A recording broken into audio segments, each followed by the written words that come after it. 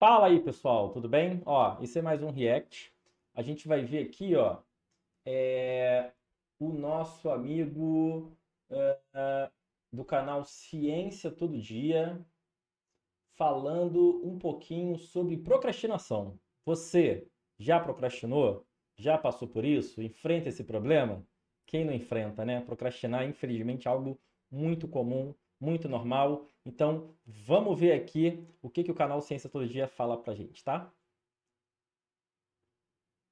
Ok, então o próximo vídeo do canal que eu preciso gravar é como parar de procrastinar.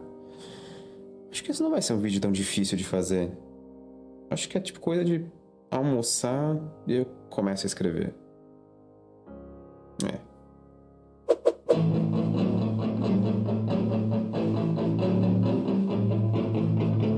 Cara, eu preciso pensar naquele vídeo. Eu tava procrastinando muito, né, para fazer esse vídeo aqui, porque eu tô querendo alimentar o meu canal com reacts, né, com assuntos relacionados à inovação, inteligência artificial, produtividade, etc. E esse vídeo aqui eu vi a chamada dele e falei, ó, vou assistir com a galera lá no canal para que eu possa fazer um react, né? Mas eu tava demorando tanto, eu já devia ter feito isso há uns 3 dias atrás. Mas, enfim, inventei outras coisas para fazer, arrumar a casa, ir no mercado, etc. Não tava querendo fazer, né? Então é um outro exemplo.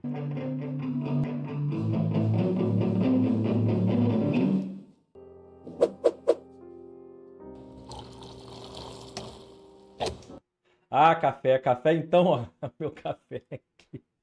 Usei para procrastinar também, para começar, cara. Sempre eu vou aí, peraí. Antes de eu começar, preciso de um café, né?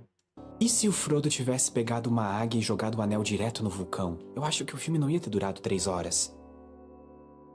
Por que o Zeca Pagodinho toca samba se o Exalta Samba toca pagode?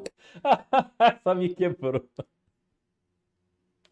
Ai, em algum lugar do Brasil, talvez a galera não entenda essa piada, né? Porque quando eu estive na Bahia, o pessoal chama o samba de pagode, sacou?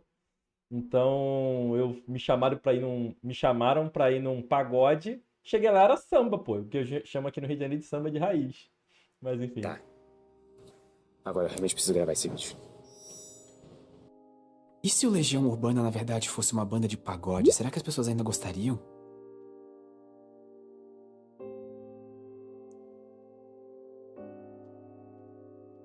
Quantas britas será que tem aqui nesse pátio?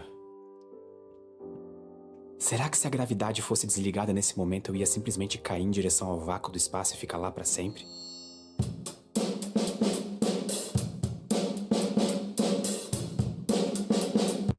Essa parada acontece muito comigo.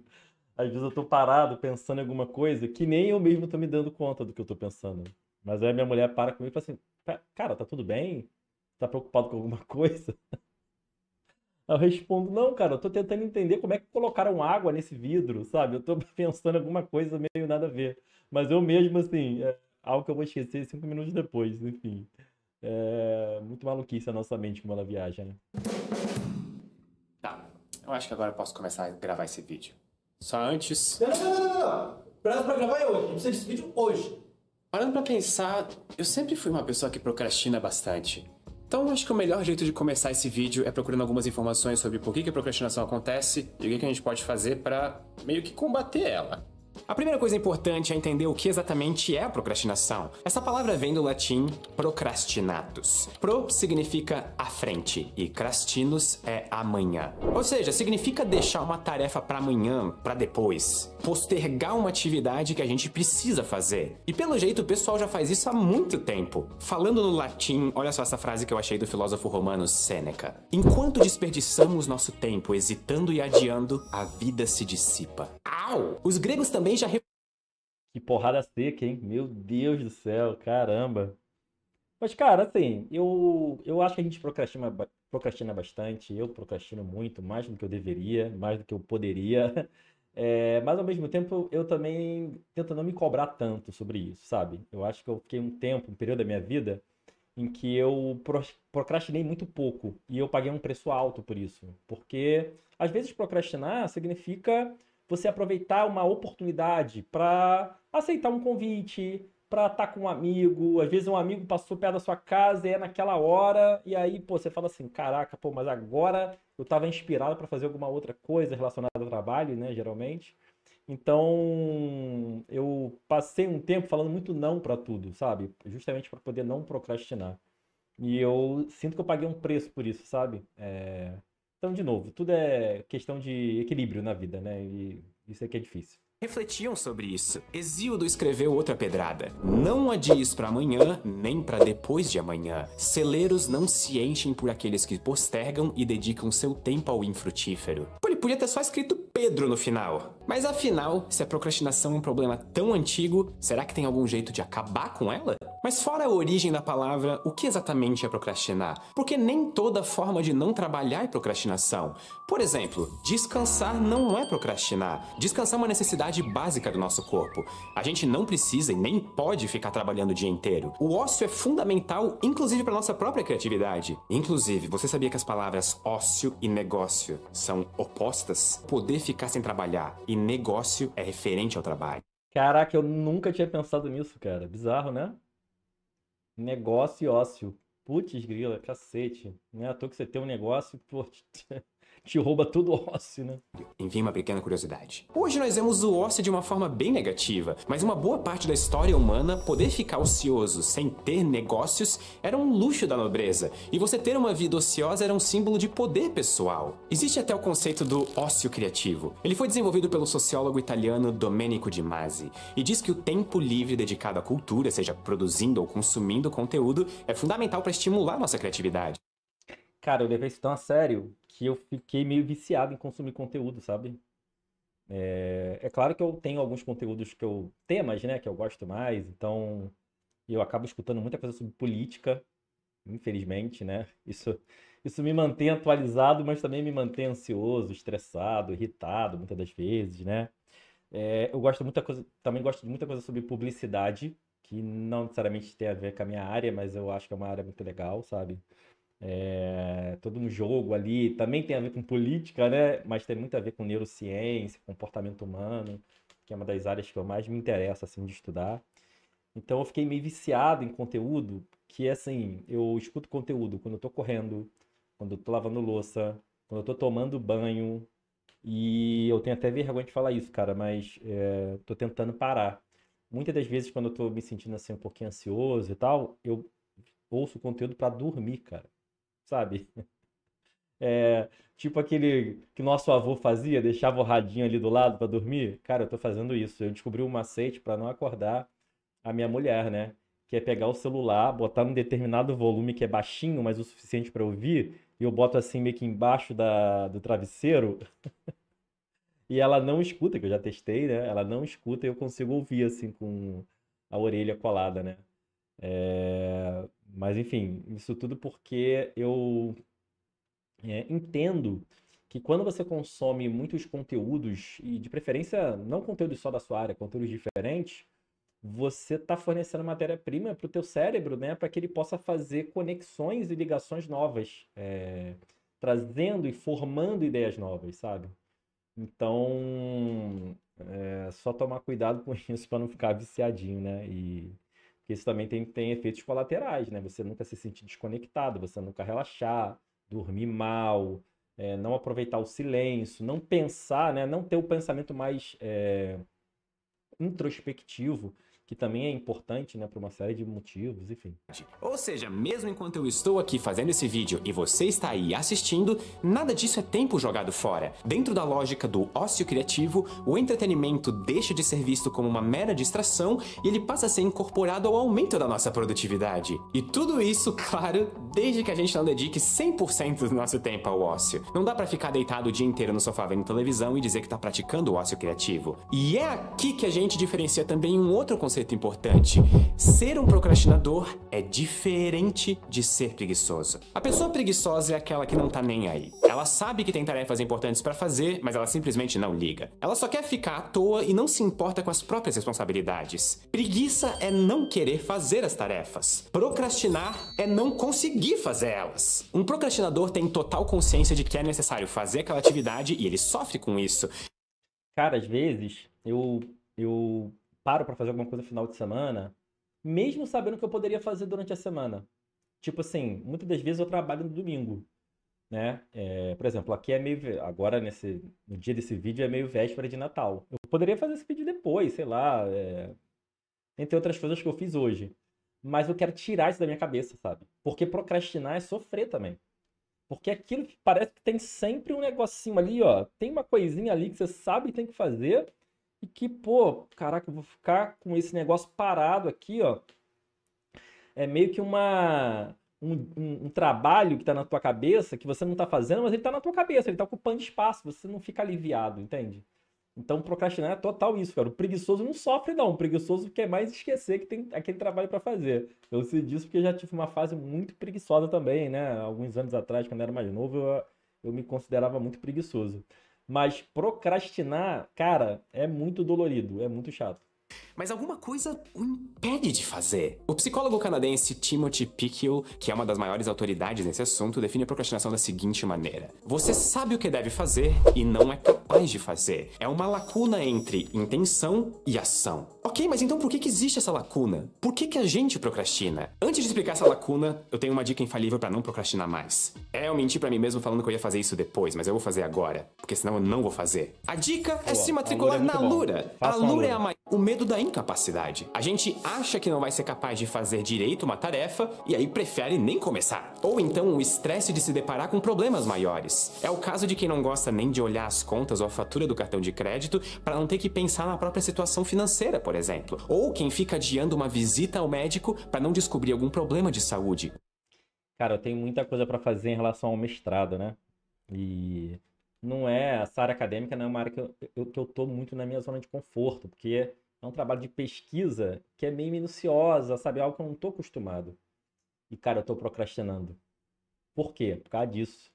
Porque vou enfrentar dificuldade, eu sei que eu vou sofrer.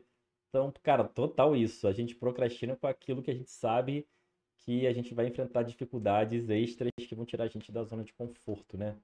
O que não faz o menor sentido. E tem também o simples desinteresse em fazer uma atividade que vai parecer entediante, como, sei lá, declarar um imposto de renda. Legal pra cá. Outro motivo que leva à procrastinação é a nossa preferência pelas recompensas imediatas. Inclusive, eu fiz um vídeo sobre dopamina aqui. Eu recomendo você dar uma olhada. Com a velocidade das redes sociais, a gente se acostuma a querer tudo muito rápido. Vídeos acelerados, mensagens curtas, respostas instantâneas. E aí, quando o nosso cérebro fica viciado em receber essas recompensas imediatas, ele tende a desprezar tudo aquilo que leva mais tempo para ser alcançado. E isso afeta cada vez mais gente hoje em dia. Um estudo feito pela Fundação Estudar, em parceria com a empresa de pesquisas MindMiners, mostrou que 52% das pessoas afirmam que a procrastinação é a maior inimiga da produtividade delas. Os outros 48% ficaram para responder depois. Não, essa parte é brincadeira. Mas isso mostra como a procrastinação é um dos grandes males da atualidade. E para algumas pessoas o problema é ainda maior. Esse lance da dopamina tem tudo a ver com a gestão de projetos, cara. Porque se você, por exemplo, faz um planejamento de um projeto, colocando atividades muito grandes para serem feitas, ou seja, você não divide ela em pequenas tarefas, deixa muitas atividades muito grandes, você tende a procrastinar mais. Por quê? Porque você sabe que você só vai ter aquela recompensa para o cérebro, né? Que é aquela recompensa quando a gente marca check, quando a gente faz alguma coisa, daqui a um longo tempo, daqui a muito esforço. Se você pega aquela grande atividade e divide em tarefas menores, né, você se anima mais para fazer aquela tarefa. O seu cérebro se anima mais, porque ele sabe que ele vai ter mais recompensas. Então você vai tendo aquela sensação de progresso de uma maneira mais visível, né? É por isso que na hora de fazer planejamentos e gerenciar projetos de modo geral, isso influencia muito, sabe? Não coloque lacunas muito grandes, atividades que vão ocupar um tempo muito grande do seu projeto, porque senão você tende a ir procrastinando e deixando para a última hora, sabe? Quando não atrasa, né? Não é à toa que projetos atrasam pra caramba. É o caso de quem tem TDAH, por exemplo. O transtorno do déficit de atenção com hiperatividade está diretamente ligado à procrastinação. Pessoas com TDAH têm dificuldade de manter o foco e também de se planejar, e aí elas acabam deixando para depois o que pode e o que precisa ser feito hoje. E essa procrastinação também provoca consequências na nossa saúde. Quando a gente deixa para fazer uma tarefa no final do prazo, isso acaba aumentando o nosso nível de estresse. E aí, ó, isso é que eu tava falando que é sofredor. Aí, ó, uma explicação científica, né? Aí, por sua vez, isso aumenta nossos níveis de cortisol e adrenalina. E aí, quando a procrastinação se torna parte da nossa rotina, algo que a gente faz o tempo todo, os efeitos começam a ser sentidos. Cara, isso é muito impressionante, porque no início da semana, eu sou muito mais agitado. Eu tenho muito mais, assim, animação pra fazer as coisas. Porque eu quero deixar poucas coisas pra fazer no final da semana, sabe? Quero deixar poucas coisas. Porque no início da semana, eu já, enfim, quero me livrar logo de tudo e sim ter menos essa sensação aí. Sentidos na saúde. Vários problemas podem surgir como consequência disso. É o caso da ansiedade, da depressão, doenças gastrointestinais, cardiovasculares, hipertensão, aumento no risco de AVC, ataque cardíaco e até ataques de pânico, por exemplo. E é até por isso que aprendemos rotinas mais regulares e saudáveis para executar as tarefas que nós precisamos fazer sem procrastinar demais. Beleza, mas então como que nós podemos procrastinar menos segundo a ciência? Primeiro, tome cuidado para não se botar para baixo por procrastinar, porque é normal ter dificuldade em começar tarefas. Você não é a primeira pessoa a procrastinar e você também não vai ser a última. Tá tudo bem. Então, se dê o espaço emocional para não ficar frustrado demais com você mesma. Isso é uma dica científica. Existe uma correlação entre baixos níveis de autocompaixão e procrastinação. Outra dica é que é mais fácil fazer coisas na qual nós vemos uma boa razão para ser feita. Então, se você conseguir pensar em uma boa motivação para a tarefa, isso pode te ajudar a começar. Por isso, mapear seu propósito é importante. Talvez, fazendo esse mapeamento, né, se essa atividade, se ela está conectada ao teu propósito ou não, tu até abandona essa atividade. Você vê que ela não é tão importante assim, era melhor você fazer outra coisa. Por exemplo, se eu terminar esse meu vídeo, talvez ele ajude outras pessoas. Ou então, se eu organizar as minhas finanças, talvez eu consiga separar mais dinheiro para, sei lá, uma viagem que eu tô planejando. Um outro grande motivador para fazer tarefas, segundo a ciência, é o quão longe a tarefa está. Usar um método de planejamento é importante por isso. Tipo assim, OKRs, né? Onde você tem, você mede os resultados chaves, mas eles têm que estar conectados a um objetivo. É justamente isso. Você conseguir conectar algo que você quer alcançar, né, com aquele trabalho do dia a dia, né, que você vai medindo e vai vendo se você está progredindo ou não. Então, pô, tudo a ver. E eu gosto de conectar os projetos e as iniciativas, enfim, o nome que você der, as ações, aos resultados chaves. Tipo assim, eu estou fazendo esse vídeo aqui, beleza? O que eu quero melhorar, qual, né, resultado-chave eu quero melhorar, para atingir qual objetivo, sacou? Então, quando você faz essa conexão, você tende a procrastinar menos porque você vê propósito e significado naquilo que você está fazendo. Está de ser terminada. E é aqui que entra uma outra dica. Lista de tarefas. Elas funcionam. Façam. Eu estou longe de terminar um vídeo inteiro como esses que vocês assistem em apenas uma tarde, mas eu não estou longe de organizar todas as fontes que eu preciso para pesquisar o vídeo em um arquivo. E eu não estou longe de conseguir ler pelo menos um artigo dessas fontes. Quando a gente divide uma grande tarefa em pequenas etapas, o trabalho final parece menos complicado. Fora que isso aumenta aquela... Aí, ó, viu? Falei, é isso aí, cara. Pega lá o bichão e divide em pequenas partes. Isso vai fazer com que o seu cérebro se motive mais. Nossa sensação de missão cumprida. Porque cada parte do processo já vai representar uma pequena conquista. Depois de listar as atividades, a próxima dica é começar. E isso já estou fazendo exatamente agora. Eu estou aqui justamente cumprindo o primeiro item da lista de tarefas, que é a pesquisa sobre dicas. Pode até parecer meio óbvio que é preciso começar, mas isso realmente faz diferença. É que quando a gente finalmente inicia a atividade que nós estamos postergando há muito tempo, fica bem mais natural continuar. Muitas vezes, o mais difícil é dar partida. Por exemplo, às vezes eu vou escrever roteiro e a página em branco me assusta. Só que a partir do... Acabou isso aí com as IAs, né? Vai fazer um roteiro. Cara, pede uma sugestão para IA, que já é o início, sabe? Você já tá saindo da inércia. Sair da inércia, às vezes, é o pior de tudo. Quando você começa, pelo menos você coloca um esqueletinho, sabe? Isso já vai te dando mais motivação também. Isso é uma dica maneira. No momento em que eu escrevo a primeira linha, é como se ligasse um botão no meu cérebro em que tudo fica mais fácil. Ou seja, quando você precisar fazer uma atividade super trabalhosa, não fica ansioso, pensando lá na parte final do projeto. Começa pelo começo. E é justamente para tornar começar mais fácil que encontrar uma motivação e fazer uma lista servem. E a próxima dica é estipular um prazo, tanto para o objetivo final quanto para cada tarefa. Reservar um tempo adequado para cada ação necessária pode ser extremamente útil em tornar uma tarefa... Agile, ó, entregue o mais breve possível. E aí você foge daquela sensação de que você, cara, pô, eu nunca vou acabar isso, né? A gente evita também aquele nosso ímpeto de ser megalomaníaco, de caraca, vou fazer essa atividade, ela tem que ser incrível, vou fazer isso, aquilo, com tal característica, e assim vai, né? Então, ó, cara, eu vou me dar um dia. Hoje eu tenho que. Ó, eu tinha que fazer uma proposta hoje. Eu falei assim, cara, eu tenho que fazer até a hora do almoço. Não saiu do jeito, caraca, incrível, maneiro, mas estava dentro das especificações que foram pedidas. Aí eu falei, ah, cara, vou inventar. Vou botar numa apresentação incrível e tal. Aí eu fiquei assim, cara, não vai dar tempo. Para a hora do almoço, o que dá para fazer é isso. Tá dentro das especificações? Tá. Então, assim, tá bom, cara. Tá bom, sabe? Eu poderia perder um dia inteiro, 2 dias, perder o prazo, sabe? Por algo que talvez nem fizesse tanta diferença assim. Mais realizável. E existem pesquisas mostrando que separar um tempo adequado sem distrações parece ser um fator crucial em ser eficiente. No meu caso, eu sei que eu preciso entregar esse vídeo ainda hoje, então o meu prazo é até no fim do dia. Aí eu posso estipular, por exemplo, 4 horas para pesquisar. Ó, tira as notificações, tá? Eu sou meio viciadinho em celular, tá? Eu sou meio heavy user assim de celular, tô sempre conectado em online. Mas eu tirei as notificações do meu celular de qualquer aplicativo. Não, quer dizer, só deixei de banco, porque, né, vai que eu gosto de, tipo, sei lá, fazer um Pix, aí eu quero Pix, cartão, quero ver a notificação na hora, se foi mesmo ou não. E de calendário de compromissos. Fora isso, eu não recebo notificação de nada. Cara, é paz.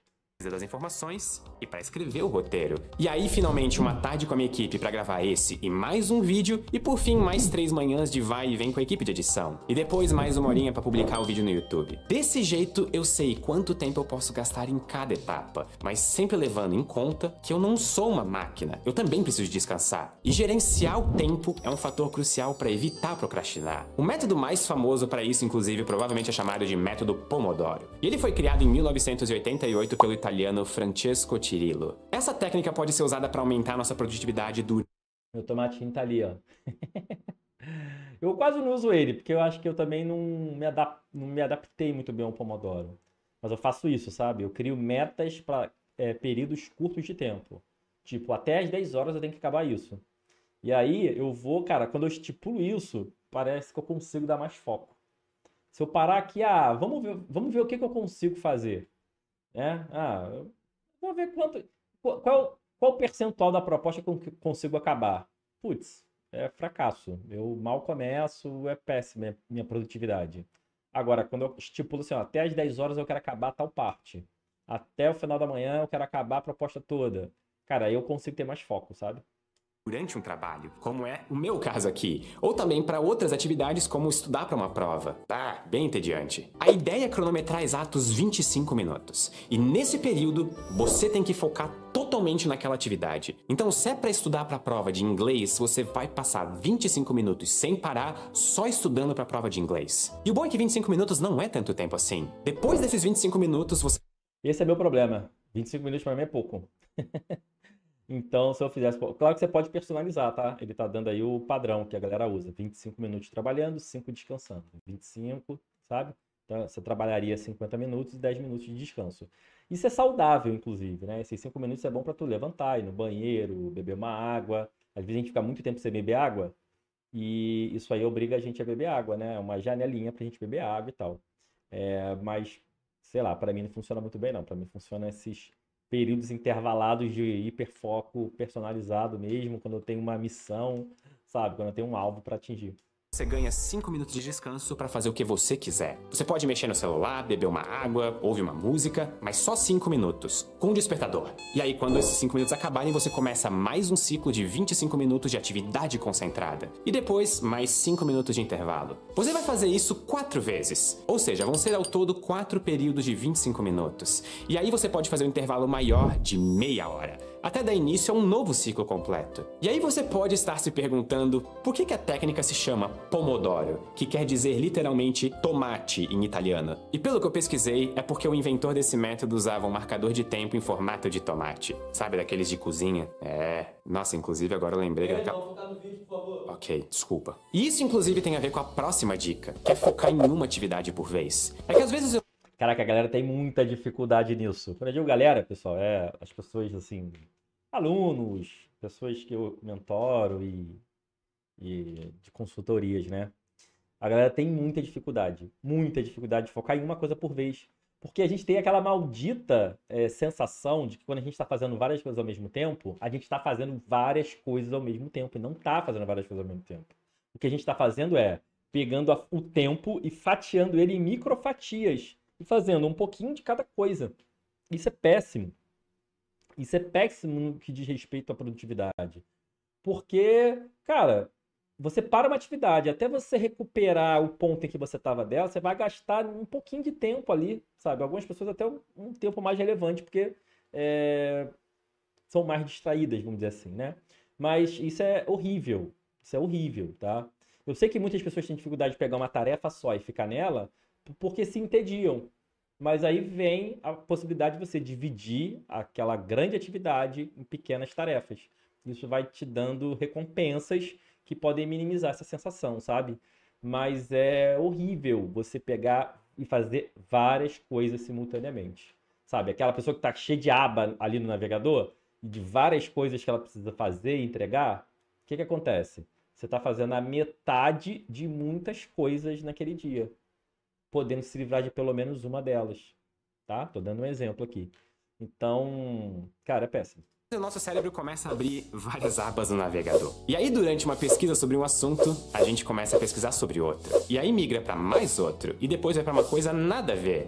Então, sempre pense na atividade que você precisa concluir dentro do prazo que você estabeleceu, sem ceder a nenhum tipo de distração. E se você se sente chique, você pode chamar isso de mindfulness. Mas eu vou chamar só de foco mesmo. Por exemplo, essa distração. Isso aqui é o que mais dispersa a nossa concentração hoje em dia. Por isso, a próxima dica é eliminar distrações. Se você não vai precisar do celular para sua atividade, deixe ele guardado numa gaveta. Como eu falei... Ó, esse lance do celular, de tirar as notificações, uma coisa que me ajuda bastante é que eu trabalho num quartinho que ele tem poucas distrações para mim, assim. Ele não tem janela, tá? Mas calma, não é uma cela. Mas ele tem aqui uma porta aqui do lado que dá para uma área. Então, quando eu quero me distrair e tal, eu mantenho a porta aberta, né? E deixo ali dou de cara para a área. A minha área eu botei uma janela, uma porta de vidro, que aí eu consigo ver também ali fora, né? Então essa é a minha maior distração, assim. E também me obriga a levantar mais, né? Eu ficava num outro quarto, onde eu ficava de frente para uma janela, batia sol em algum momento, era legal também.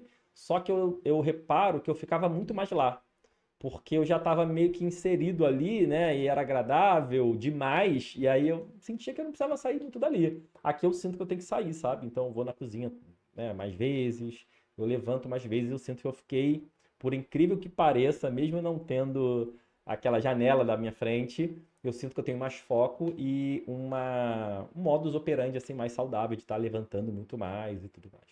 E agora há pouco você pode usar ele durante os intervalos. Ou então estabelecer que quando a atividade estiver finalizada, você vai ficar 1 hora direto no celular, jogando alguma coisa ou assistindo. Isso é legal, eu não faço isso não, mas muita gente já falou que usa esse estímulo, né, para a mente, que é tipo pensar numa recompensa, né, de fato, concreta. Então, poxa, se eu conseguir concluir isso em tal tempo, eu vou fazer alguma coisa, sabe? Eu vou fazer uma atividade, eu vou comer alguma coisa boa, eu vou sair. Alguma série. E isso leva a outra dica fundamental: estabelecer recompensas. A expectativa de receber um prêmio é algo que motiva o nosso cérebro. Essa possibilidade ativa o chamado circuito da recompensa, que libera dopamina e deixa a gente animado. E nada como uma injeção de ânimo para terminar uma atividade que a gente está enrolando há um tempo para fazer. No meu caso, por exemplo, eu tô numa fase bem apaixonada por música, então assim que eu terminar esse vídeo, eu vou passar quanto tempo eu quiser tocando música.